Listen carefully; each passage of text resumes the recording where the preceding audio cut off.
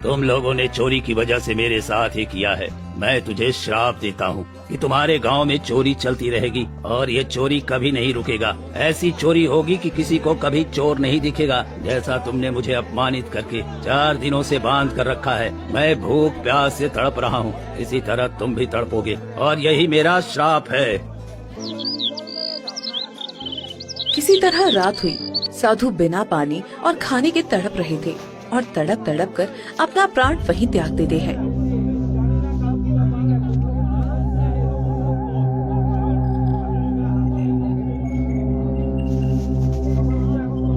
अगली सुबह गांव के लोग जुटे। ये क्या मुखिया जी, ये साधु तो मर गया, कहीं हमने कुछ गलत तो नहीं कर दिया है? अरे इसमें हमारी कोई गलती नहीं है, ये बूढ़ा था इसलिए गया। जाने दो इसे, जंगल में फेंक आओ, नहीं तो ये बदबू करने लगेगा। मैं अभी साधु को जंगल में फेंक आता हूँ। मदन और कुछ गांव वाले साधु को ले जाकर जंगल में फेंक देते हैं।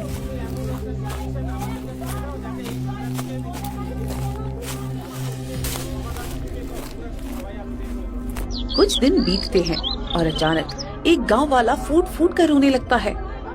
हे भगवान, ये क्या हो गया?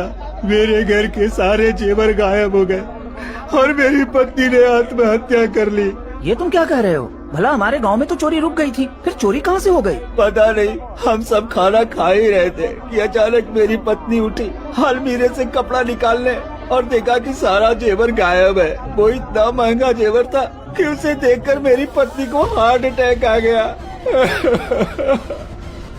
और वो इस दुनिया से चली गई। अरे मैं तो लुट गया, बर्बाद हो गया, मैं कहीं का नहीं रहा। और सबसे बड़ी बात कि कोई चोर भी नजर नहीं आया। ये कैसे हो सकता है? भला ये चोरी, वो भी आंखों के सामने, बिना किसी के होने से? ये तो सच में बड़ी घटना है। हमें अब पूरी रात पहरेदारी करनी पड़ेगी, तभी हम इस चोरी को रोक सकते हैं। फिर उस रात पूरे गांव वाले जाकर पहरेदारी करते हैं।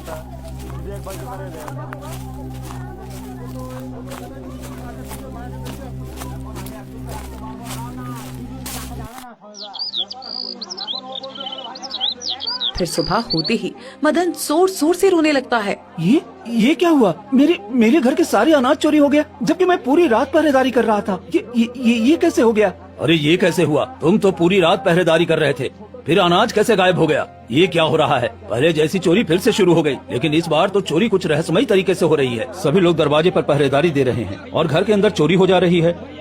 अरे मुखिया जी, मैं तो लुट गया, बर्बाद हो गया। मेरे सारे कपड़े चोरी हो गए, घर में एक भी कपड़ा नहीं बचा। ये क्या हो रहा है? अब तो अनाज के साथ साथ कपड़े भी चोरी होने लगे हैं। ये क्या, तुम्हारे घर से भी कपड़े चोरी हो गए? ये कैसे हो सकता है? ये चोरी रुकने के बजाय और क्यों बढ़ रही है? तभी मुखिया की पत्नी हेमलता भागते हुए आती है।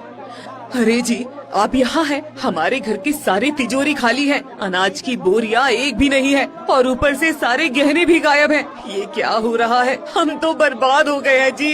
ये तुम क्या कह रही हो हेमलता? ये तो बहुत बुरा है। हमारे गांव में एक साथ इतनी चोरी कैसे हो सकती है? मुखिया जी, कुछ कीजिए ना। ये तो सच में परेशानी वाली बात है। एक दिन में इतनी सारी चोरी कैसे हो गई? मदन, कुछ ठीक नहीं लग रहा है मुझे। अब हम लोगों को दिन रात जाकर पहरा देना होगा। ठीक है, तो आज से पूरे गांव में कोई नहीं सोएगा, सब अपने अपने सामान की पहरेदारी करेगा। फिर पूरे गांव वाले डर के मारे दिन रात जाकर पहरेदारी करते हैं, लेकिन चोरी लगातार बढ़ती ही जाती है और दिन दहाड़े भी चोरी होने लगती है। इसी तरह कई दिन बीत जाते हैं, मगर चोरी रुकने का नाम ही नहीं ले रही थी। हे भगवान, अब मैं क्या करूं? हमारे गांव की स्थिति तो बहुत बिगड़ गई है। 1 महीने के अंदर ही खाने के लिए एक भी अनाज नहीं बचा पूरे गांव में और सभी बच्चे भूखे प्यासे हैं। मैं क्या करूं? मैं गांव का मुखिया होकर भी किसी के लिए कुछ नहीं कर पा रहा हूं। मुखिया जी, मुझे तो लगता है कहीं वो साधु महाराज का दिया हुआ श्राप ही तो नहीं लग रहा है। अब हम क्या करें? कुछ समझ में नहीं आ रहा। सभी परेशान रहते हैं और कुछ दिन बीतते हैं और गाँव की चोरी लगातार बढ़ती जाती है। एक दिन मदन और मुखिया चौपाल पर बैठकर पहरेदारी कर रहे थे, तभी एक गाय भागती हुई गांव में आती है। अरे, ये गाय हमने तो पहले कभी नहीं देखा। ये हमारे गांव में क्या कर रही है? जरूर कोई बात है जो ये हमें बताना चाहती है।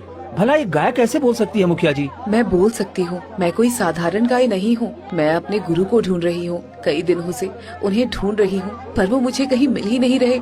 तुम्हारा गुरु? गाय का भी भला कोई गुरु होता है? कौन है तुम्हारा गुरु, बताओ तो। मेरे गुरु एक साधु महाराज थे जो बहुत दिनों के बाद तपस्या से लौटे थे। उन्होंने कहा था कि वो खाने का इंतजाम करने जाएंगे, पर अभी